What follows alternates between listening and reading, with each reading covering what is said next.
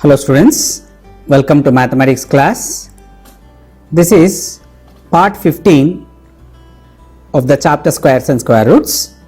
Students, in this part 15 also we will continue solving the questions from the exercise 6.3.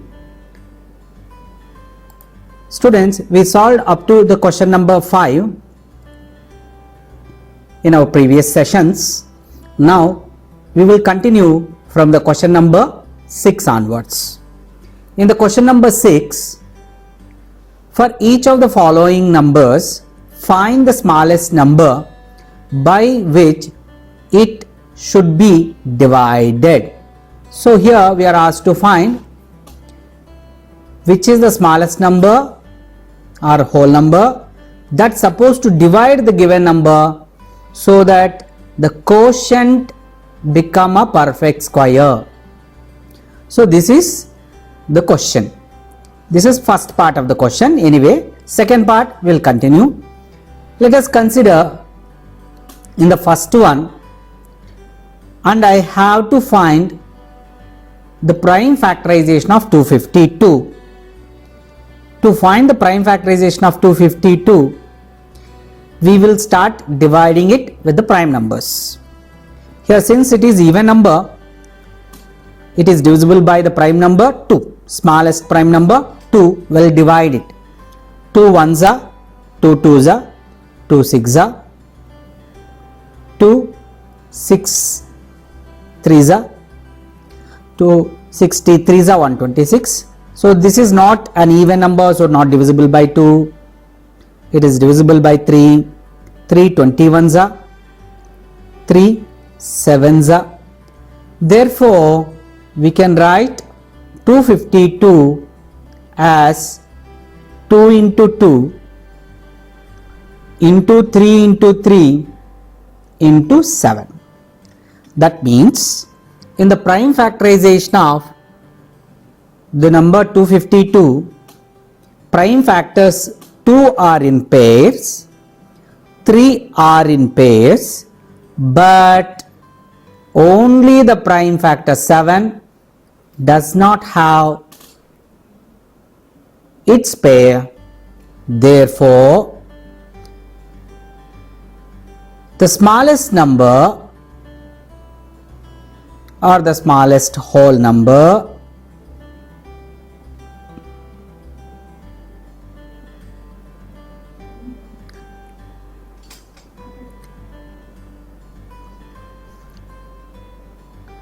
that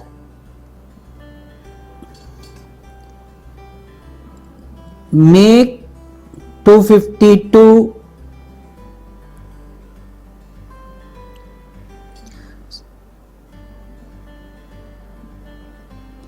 the smallest whole number is 7, that make 252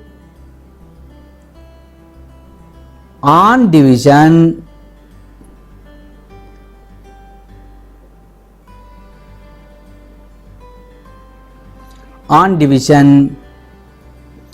the smallest whole number is 7, that make 252 on division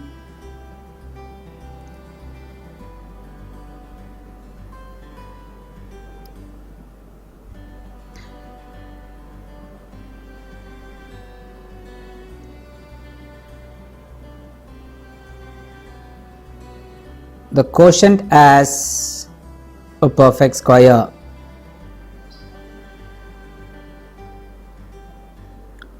So we identified who is that small number. That small number is 7. Now second part of the question is find the square root of that number. So to find the square root of that quotient, that number means that new number is quotient. The number obtained is quotient. This number obtained is quotient. So we'll do that. Now second part of the question. So in the second part of the question, when 252 is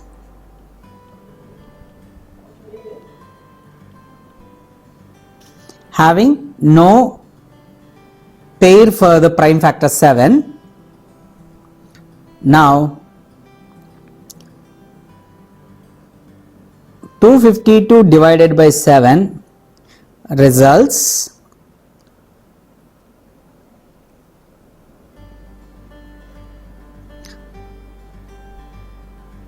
36 and let us take a square root of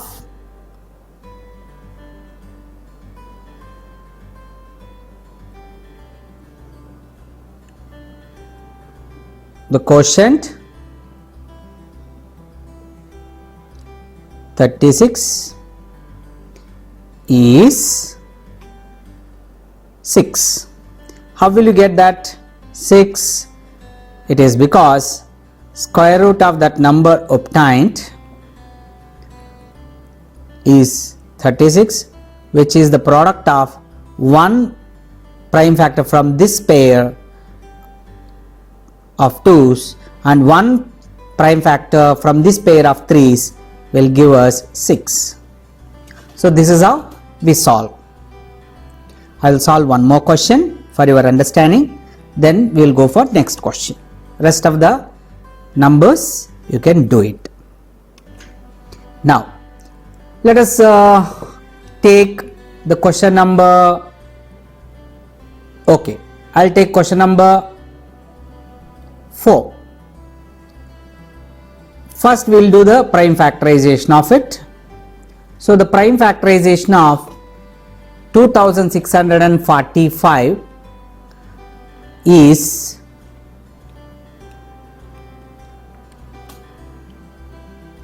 it is divisible by 5. 5 5s are 25, 1 carry, 5 2s are 10, 4 carry, 5 9s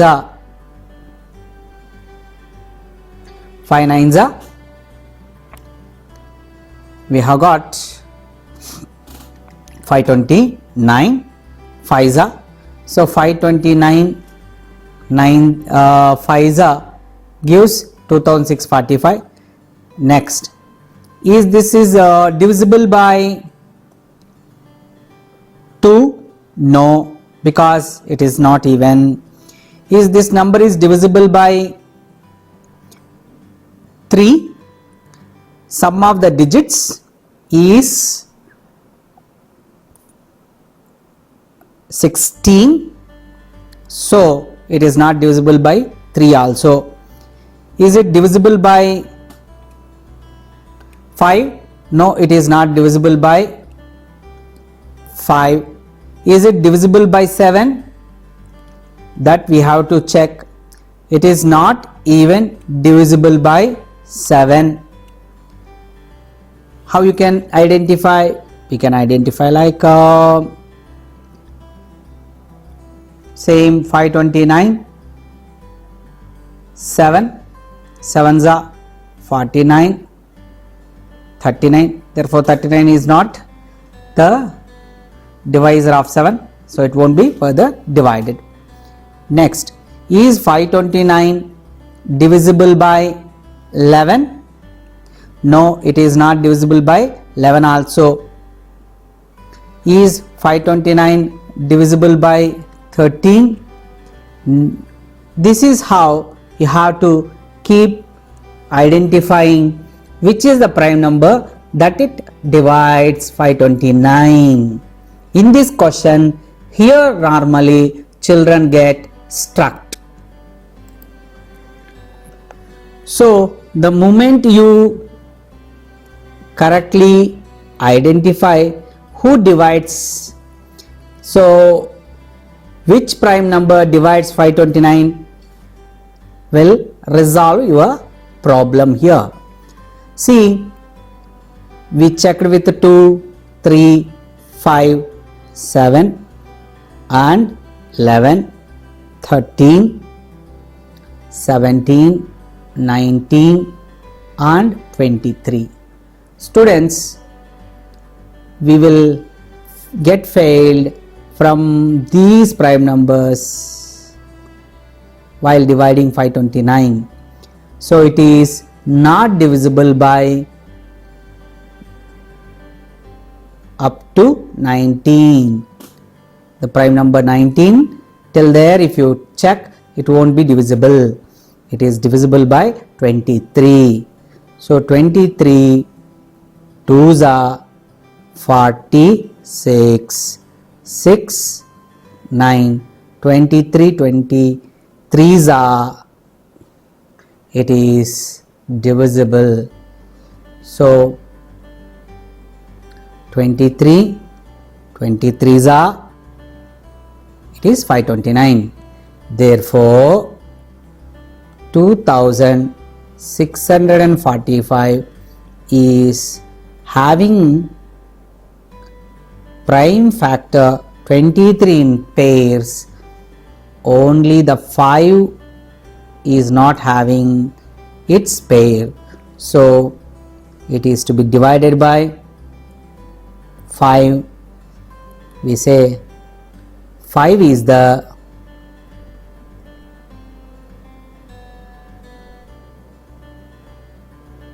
smallest whole number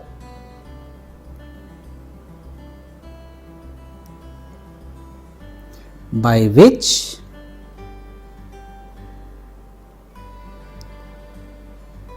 it should be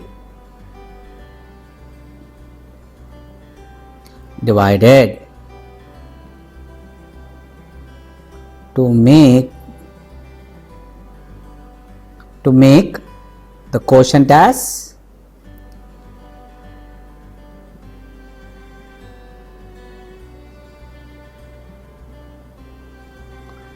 a perfect square. So we write the final conclusion. Now we will go for finding square root of that quotient. Students, when we divide 2645 by 5, it results 529 that we got from this step. Therefore we got from this step, therefore that 529 square root is 23. So this is the second part of the question.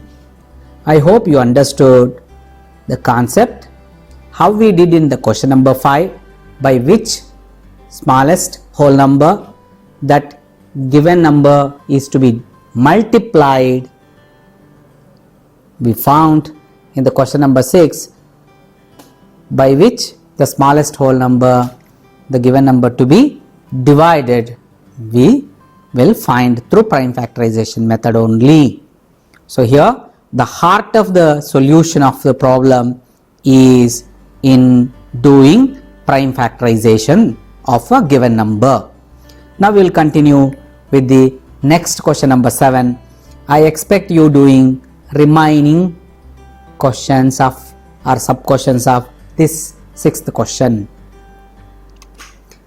Now coming to the question number 7. In the question number 7, the students of class 8 of a school donated rupees 2401 in all for Prime Minister's National Relief Fund. Each student donated as many rupees as the number of students in the class. Find the number of students in the class. So students, it is a working type or working problem question. Here we will assume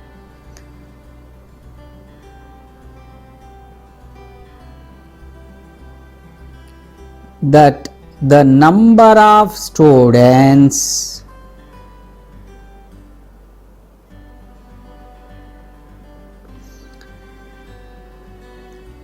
in a classroom or in the classroom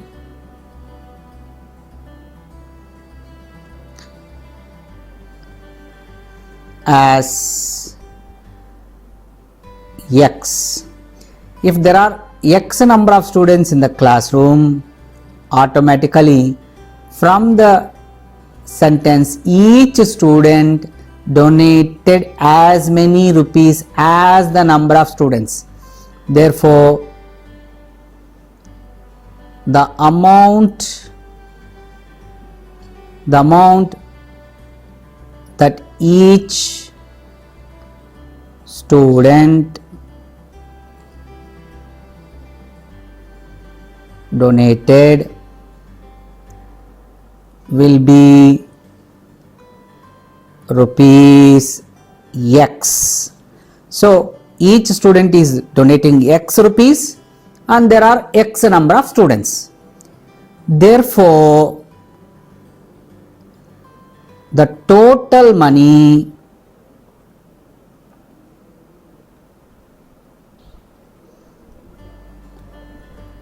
donated by the whole class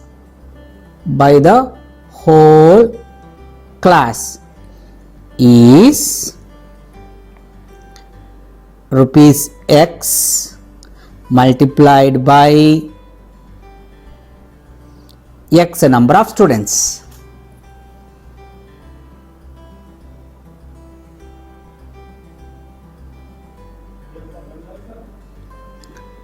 So here X rupees multiplied by X number of students means it becomes X into X, which is giving us X square rupees. It is equal to the rupees 2401.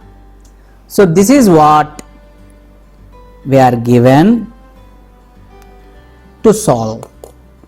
So students, if you want to find out the number of students, then you need to find the value of X. If you find the value of X by finding square root of 2401, then the problem is solved. You know how to find the square root of a number 2401? Using prime factorization method we can do it. So I hope you will do the procedure. Here I am just writing the answer. So 2401's square root is 49. So there are 49 students in the classroom. We will write as a conclusion statement after finding square root of 2401. So you know how to do using prime factorization method, finding square root of number 2401. Write final conclusion after that procedure. Therefore, the number of students in the class is 49. You write that statement as a last conclusion. Remember, conclusion will carry marks. Okay, since I don't have a space here, I am skipping that, but you should write it. Final conclusion statement. Now we will go for next question, question number 8. Students, in the question number 8, there are 2025 plants planted in a garden, but in such a way that each row contains as many plants as the number of rows. That means, for example, if I have 6 plants in a row, that means I have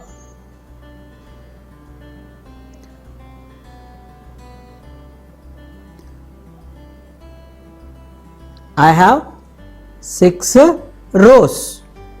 That means here observe, there are 6 rows and in each row there are 6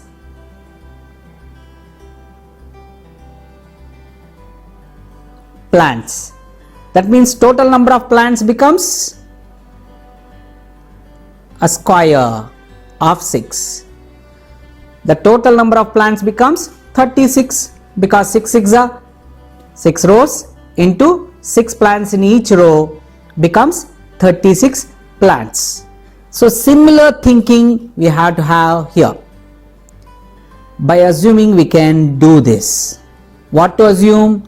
Let the number of rows, or let the number of plants in each row. Let us assume that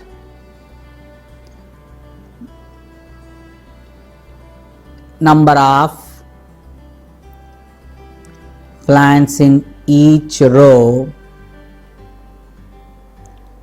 be x. Therefore,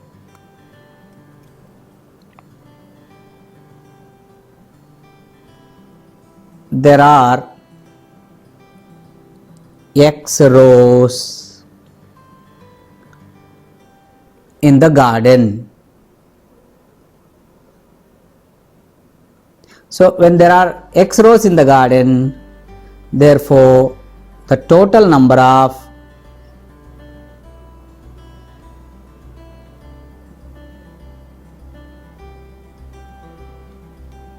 plants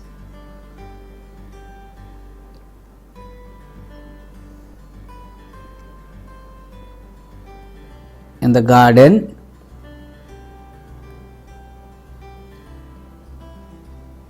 are x rows into x number of plants in each row. X into x, that gives 2025. It implies x square equals to 2025 and x equals to square root of 2025. Again, you use the prime factorization procedure to find the square root of 2025. Once you find the prime factorization of 2025 and find the square root of it in a proper procedure, you will get x as 45. And finally, write the conclusion.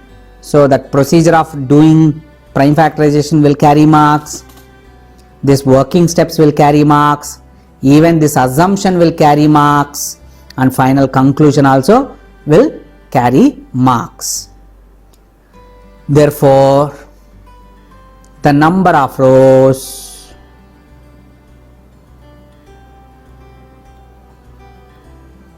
and